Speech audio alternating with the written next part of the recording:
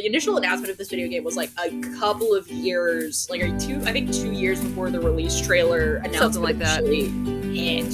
So when they finally were like, hey, we have a release date, I went, oh, bet, and immediately like sent it to like 12 billion people, because I'm like, I don't know if this crossed your feeds initially, but this thing fucks. So, and statistically speaking, I am definitely one of those 12 billion. Correct. You send me Instagram stuff, even though I unfortunately am not on Instagram, and they don't let me watch them anymore. Listen, you send me stuff on TikTok, and I can't watch TikTok, so you know. I know. Fuck everything. Proprietary software, stop doing this to us. Please. I'll start screen recording shit for y'all. I can screen record, it's fine. Thank you, dear. Anyway. Anytime from here for besties. Alright, That's all I'm good for, it's fine. But yeah, no, I was immediately intrigued. Shout out to Austin Wintory, who is the composer for this. I don't know if he wrote any of the lyrics, but I know he's the composer. He also did one of the Assassin's Creed games, the one that's set in Victorian London, as well as a couple of other indie video games. The other thing that I want to recommend, if you get anything else out of this podcast, is even if you're not an Assassin's Creed fan, you should go listen to the Assassin's Creed soundtrack he did, because Syndicate. I love Syndicate! Because each of the murder victims in that game gets a little murder ballad song where it's basically shading the victims, because they're all like capitalists. So like one of them is about, one of them is killing a banker, and it's about tanking the pound when he dies. One of them is about killing this like crazy actor, and one of them is not being able to make a meeting because they killed the head of a train company. So they made Oompa Loompa songs about them, basically. Yeah, it's so good, and they're like done in the style of like, because like one of the central, this is gonna be so off topic, you're welcome to cut this, but one of the central things about that game is building like a gang, and so they're all done in the style of like a gang sing-along in a bar, which means they're all like not very well done vocally, but they all have a lot of character, and I think that's way more important. But we're not talking about Syndicate, we're talking about Stray Gods. But yeah, no, Austin Wintory is great. And for the record, pretty much everyone has a great voice in this. Which game first, Unity or Syndicate? Oh god, put a gun to my head, why don't you? A Unity, I believe. I was gonna say, like, I think Syndicate was either the first or second game after I was like, okay, I think I'm done with this. For Assassin's Creed as a franchise. Yeah, I think Unity came out first, because Unity still is dealing with the Sages, and then Syndicate basically gives up on the Sage conflict. Yeah, I dropped off after I finished Black Flag. I'm like, you know what? I'm set.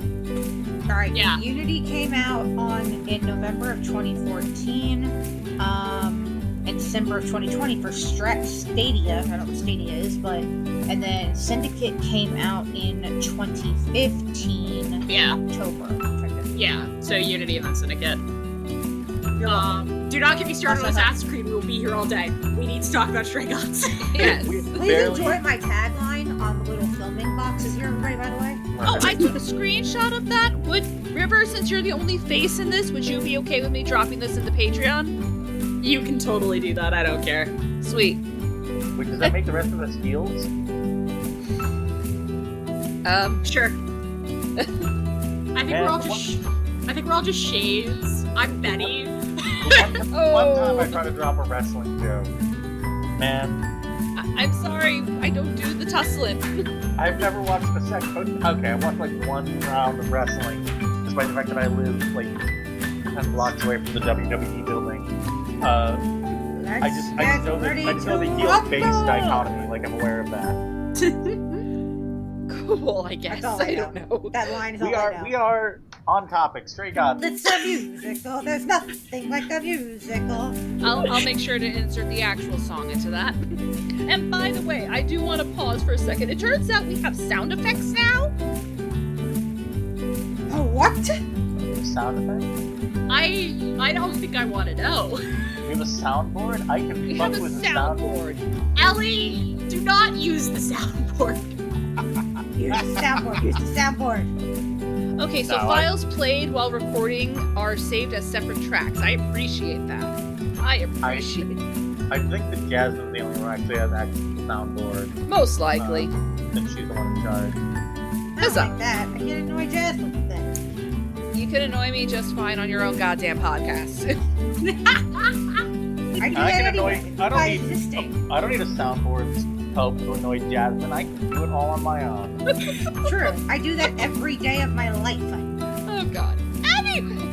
Anyway, We are real bad. Can you tell that being on hiatus for a month has really fucked us up? A little bit. so wait, Oopsie-daisy. If I had a nickel for every time there was a mythology retelling with a musical slant where the gods were in our modern day, and they were getting offed by their head god in the hopes of trying to save them from certain destruction, and our newcomer is forced to confront that, I'd have 2 nickels, which isn't a lot, but it is bizarre that it's happened with that level of specificity that's pretty twice. specific. I was gonna say, like, it's not for the musical component. I guess, are you saying American Gods? Is that the other one? No, Wicked and Divine. Oh, right, Wicked and Divine. 3 times then. Because American Gods absolutely has musical component. At least in the show. Jesus, yeah. But, like, with Wicked and Divine, it's the whole, like, oh yeah, they're pop stars, you know, they only get to live for 2 years, and then they get passed on to the next person, and they have, like, less say on who comes them next. Wicked and Divine is a great comic, you should all read it. Kieran Gillian is great. I'm gonna go ahead and say that any comic in which a character goes on a murderous rampage because she got bad head cannot be criticized. Get together for the law. Okay. Fair enough.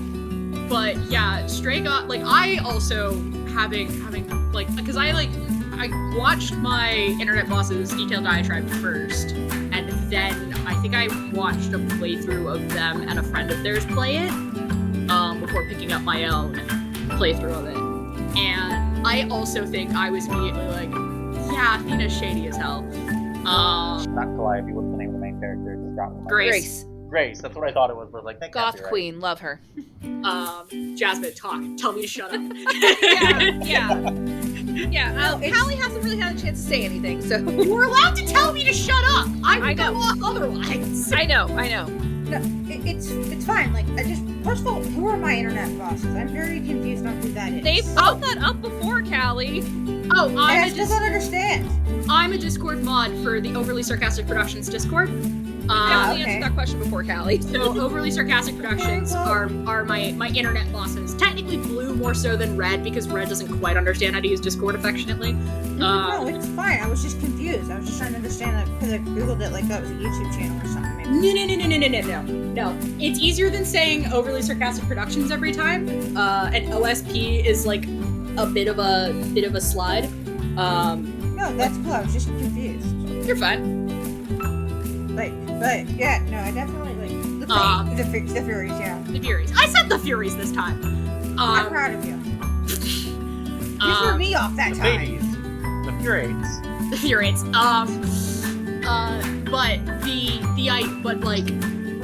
I am the wrong flavor of bi person to appreciate Persephone's whole Dommy Mommy thing. Every time she gets really pissy at me, I'm like, fuck off. Just fuck all the way off. Shut up. I hate you. That's See, valid. Apollo. I'm not the wrong Apollo person, annoyed me. I was like, that. okay. Beach bum surfer druggie addict. Got it. Apollo's not an addict. I was gonna say, what the fuck? Apollo is not an addict. Apollo has I meant the addict's the wrong word. I meant the weed guy. no. Addict's the wrong word. That's No. the vibe. Stoner. No. He does not have That's stoner. the vibe. Apollo is not a. One of my favorite You're not myths is Artemis and not Callisto. The guy she turned into a stag. Oh, Acton. Acton. Actaeon, yeah. And I get why that story is usually told from his perspective, but man, why is it so rarely about how Artemis might feel about this? Yeah. Fuck that dude. For real. Peeping Tom. Actaeon. Don't And, make it weird. Block Fuck around reported as human denounced to the find group out chat. is divine. that is one of the gags that keeps popping up if you keep hanging out with Apollo. Is like at the end of the game when he finally is like, yeah, I'm gonna lead the chorus for a bit while we figure out how to disband everybody and send them on their merry way and figure out what they want to do with their lives. Persephone makes a quip about how like, oh, you're sitting in the throne of authority, maybe you'll finally button up your shirt, and he's like, unlikely. I'm more concerned about the fact that he keeps showing up to things in flip-flops, but that's neither here nor there. Callie, you have to say. No, I was just gonna say, like, also, speaking of Assassin's Creed, he is voiced by the same guy who does Bayek of Siwa in Assassin's Creed Origins. Cool. But yeah. Bright does this a lot. Bright, I can't believe that I'm still thinking about Bright in the year of our Lord 2024. But like the mechanics of the story of orcs and elves means that the way you're playing it really makes racism sound very trivial, and it's weird, man. It's so weird. Ellie, you've played Life is Strange, right? I have played Life is Strange. You queer? I'm a Is trans. this not talking Kate off the roof? It is talking. oh my talking god, Kate. it is. I love Life is Strange. I'm a trans, bisexual, lesbian. I like Life is Strange. Fucking contain your shock. But like the talking Kate off the roof is a low point for that. Is one of the 2 low points for that first game, because it basically just amounts to how much snooping did you do around Kate's Yeah, room. it's the Ian Danskin gag, yeah. And ironically enough, the other low point for that game is in the alternate universe when you assist Chloe with this. When you assist the suicide. Yeah, it's the same. It's the same like kind of hang up, but also I always say this about like fantasy. I think that like with fantasy elements, there's like I loathe to bring up Joanne, but I think that like one of the worst decisions those Fantastic Beasts movies did was like tie their plot into the actual history of World Wars 1 and 2. Like, no man, you really don't gotta do this. It's gonna make the story weird and awkward. Just And nobody wants it. Fantastic Beasts could have quite literally just been a Wizard Steve Irwin movie, and I think we all would have been way happier. That's what we wanted. I was way happy if Joanne didn't lose her fucking mind. Yeah, that too. That too. But like, we live in the world we currently live in, which means we have to answer the question. Or we don't have to answer the question. Also, I just realized Raoul Coley's gonna pop up in 2 of our Wrath Month things. Thank you, Bly Manor. Thank you, Raoul Coley. I love you so much. He's a scoundrel. If he's a rat, that's a fact. I had to. He's a rover. Very different songs there. Yes, even I've got it pretty bad. Anyway, that fits more with the Blues Tramp. Yeah, I know. And I did end up going with, you know what, it's Freddy's protective energy over Grace, though. What was that? It's Freddy's protective energy over Grace, though. Mm-hmm. Oh, no, for sure. He's also very funny if you're not, but... Oh god, Ellie. No! Ellie! Where'd you go? I will seek her out. Ellie? Okay. Ellie! Okay, hi! You're back. Sorry about that. You're good.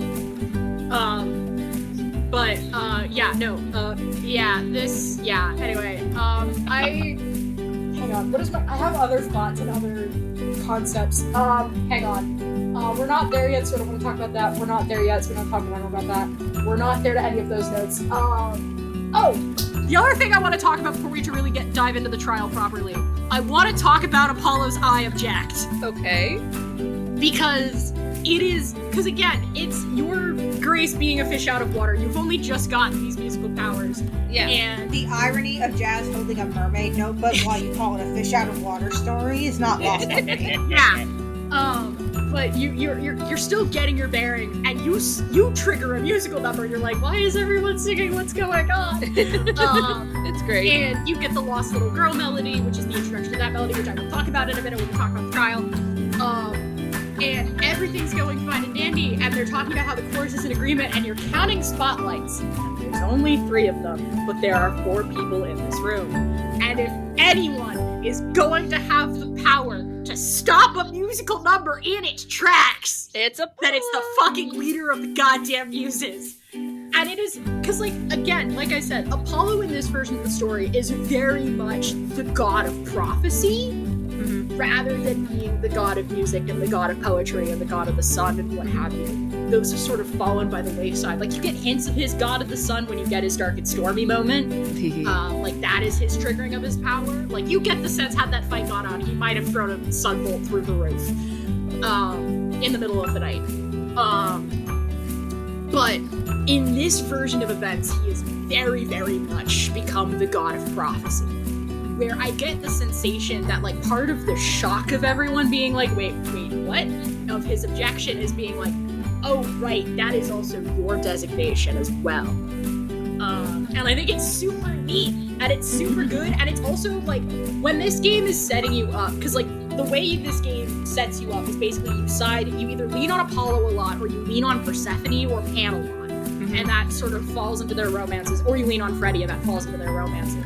That is a super easy way to get the audience to lean on Apollo right out of the gate. Exactly. Is, like, when people talk about, like, going after Persephone, I'm like, yeah, sure, totally. Not my flavor of Dobby Bobby, like I said, but you do you. But, like, I have, because I made the mistake of going into this game's Tumblr tag very early on, and one of the things I kept seeing people talk about was the fact that, like, oh, like, Apollo's the straight option or whatever. I'm like, fucking no! Shut the fuck up! Bi people are into men, pan people are into men, gay guys are into men, shut the fuck up! Stop being biphobic, I'll kill you. But, like, how are the doomed besties not into this shit? How does that not immediately throw a alarm bell go? How does that not make you immediately go, hey, okay, like, you're Grace. You are standing in a room full of people who want to kill you, and this one guy is saying no, and he holds enough authority that he can get the others to reconsider. How are you not immediately going, I need that guy in my fucking corner? Yeah. And that is why I play Grace when she meets Apollo in Calliope's apartment, where I play her as being like, stop saying I don't want your help. You're the only one who saved my ass. Yeah, exactly. I want his fucking help. I didn't romance Apollo, but I definitely consider him my bestie. Yeah, like, that is the thing, is that, like, you motherfucker, there is no version of the story where we are not intertwined. You are the leader of the muses, and I am a muse. Also, I wrote this thing to my friend, someone vamp while I go find it, about Persephone's dynamic with this in terms of dating Apollo, which is tragedy-inducing. Pick me, choose me, love me. I'm sorry. I will, Persephone. Also, I love Hermes. Hermes is so cute. We haven't talked about Hermes. We haven't. Erika Ishii Hermes is so good. They are so good. I love them so much. I love that they are the star of the sequel game with Orpheus. Oh, good. Anthony Rapp Orpheus and Erika Ishii Hermes are running around trying to figure out what Orpheus's life is going to be like post-death, and what he decides to do is try to find new love. That makes sense. That makes sense. There's Orpheus behavior. There is a speed dating song. It's so funny. Oh, I'm so excited now. Callie, also, are you hearing this? Also, Orpheus just gets recolored. When he comes to the modern world, he still looks like an emo fuckboy. I heard. That's so funny. That's so cute. I love all of this. That's very Callie coded. That's a very Callie coded game. Where you're gonna have to play that now. Yeah, I know. I gotta spend the money on it, but that's the problem. I don't want to have to pay for it. I will, but I don't want to. I want it to be free. I want it to just be an upgraded game. No. It's an indie studio, and it's like basically an entirely separate game, just using the same game mechanics, the universe, and engine. Fair enough.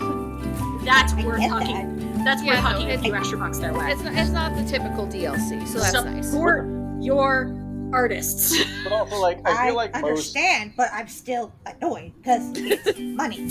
I feel like, unless it's like a microtransaction, I feel like the last few DLCs I've seen in the video game, the Demon Forge for Bolt Gun, the Burning Shores, speaking of lesbians, for Horizon Forbidden West, we hit Aloy with lesbification raised for 2 years and it finally worked. the Shadow of the Erd Tree expansion, especially for Elden Ring, like these aren't just like, oh, here's like a half dozen new enemies and maybe a boss to fight. Like these are full-on expansions, and I think that like I don't know, I miss expansions. Remember when games didn't just get like a new horse armor for DLC? Yeah. They used to get like a whole new map and a new storyline. Like that was good. Yeah, like the fucking the DLCs for, and I'm gonna fucking bring it up again, Assassin's Creed, Unity and Syndicate's DLCs are an extension of the story, but now you're dealing with Napoleon and your fallout and disillusionment with the Order. And then Syndicate's is straight up go hunt Jack the Ripper as a 40-year-old version of these characters. Sure. Basically every single BioWare DLC from like Mass Effect 2 or even like Dragon Age Origins onward, basically Mass Effect's the only exception. They basically always did the prologue for the next game in the DLC. Trespasser for Dragon Age Inquisition sets up Dragon Age 4, which might finally be coming out. Mass Effect 2's Bring Down the Sky, Harbinger DLC is the prologue to Mass Effect 3, and then BioWare stopped making good games for like 10 years there. Anyway. Talking about the flamethrower, one of our friends in a different server wrote the script, and it's about the flamethrower with hairspray and a lighter, and they wrote the line, "Yeah, let me introduce you to my friends, Miss Zippo and Miss Dumb." That's the energy. Jazz, it's Carol that said it. I had a feeling. Another Discord server I'm in has this recurring bit where like I'll say something that sounds totally insane and like, oh, Ellie lore, which tends to fall into 3 categories. 1, I know someone famous. 2, I have some weird skill I shouldn't have. 3, I did something totally horrendous. Well, now I'm curious what lore I have. Not the point. Anyway. Not the point. But yeah, I get one of the most common instruments you get with Grecian music doesn't pop up throughout the entire musical until you get to Athena's number, because Athena's the only one who would have a connection to that instrument. I forget what the name is off the top of my head. It's in the detailed diatribe. But she's the only one who gets it, and that's an interesting change of pace and an interesting perspective. And I think that if they had wanted to go the route that they chose to go with, because it would probably get to the actual trial. Are y'all aware that we've been doing this for nearly 2 hours? yes. of course we're aware, Ellie. To the trial. This is not even the longest recording we've done. All right. Ellie needs literally. Greek mythology just brings it out of us. Look, I can keep going if you want to take a break so I can eat. I think we can wrap it up with the trial and final thoughts and whatnot. Yeah. You mentioned Life is Strange earlier, and this whole scene reminds me very much of the big final scene of Life is Strange True Colors. Okay. Also about a bisexual girl who can use her magic powers to cause people to like alter and engage with people's emotions. Okay. Anyway, I think this game managed to avoid the big pitfall. I have a slight rant about Life is Strange True Colors that I'm not going to go into. Interesting. Is that accurate to your playthrough, Callie? Callie, did you get that? Well, I didn't get that because I didn't do a romance plot. Well, I'm saying like if you don't romance anyone, if you like, I went back to an old save and dumped Persephone at the underworld. What's your final number? I think the final number. I don't remember. Let me look at I got the numbers of. I'm so sorry. I don't remember off the top of my head. You're fine. It's kind of. Wait, which one is you and I in? It's in the kick-ass version. That makes sense. Not you and I. What's the name of? I think it might be hidden in the Pantheon version. If Only was honestly like I like You and I a lot. I like If Only. My favorite of the romance songs. Vamp for 5 seconds. Let me see if I can double check that. I was gonna say like I will say my only flaw with that is that the Pantheon version of Aphrodite's number is not Lost in a Moment, Lost in a Song. It is the Everybody Wants to See You Fall in Love. I like that one. It is a good song. It's just not my preferred version. Fair enough. But yeah. Shout out to Austin Wintory for real. Also, the Pantheon version dissolved the instrumental tracks, including the chase song for When You're Running from the Fates, which is a great number. that is in my musical instrumentals that own playlist. Go, Callie. Tell me to shut up. I was about to say, go, Callie. Okay, we're getting over the 2-hour mark. Let's get to the point. No, I know. I'm hurrying up. I'm wrapping it up. Shout out to those Renaissance fuckers. Yeah. That got them all translated. That got us out of the gap, which is what they call the Dark Ages in this game, which is very funny. Also, the most horror movie aspect about this game, but we're trying to shut up, so we're not going to get into that. But I might yell about that at a later date. And I'd like to apologize for Callie. You got me and River, the two biggest ramblers in the Retelling Discord. Very funny. Usually it's Callie rambling. Yeah. And as always, you can find me on Twitter, Tumblr, TikTok, and Blue Sky at Faye Riviera. You could also follow the show on Twitter at IER Podcasts. And if you would like to help us reach the next chapter of our story, please consider leaving us a review or rating us on the podcatcher of your choice, telling all of your friends and family about us. And even better, if you have room in your wallets, please consider donating to our Patreon, our Ko-Fi page, or just the support the show link below.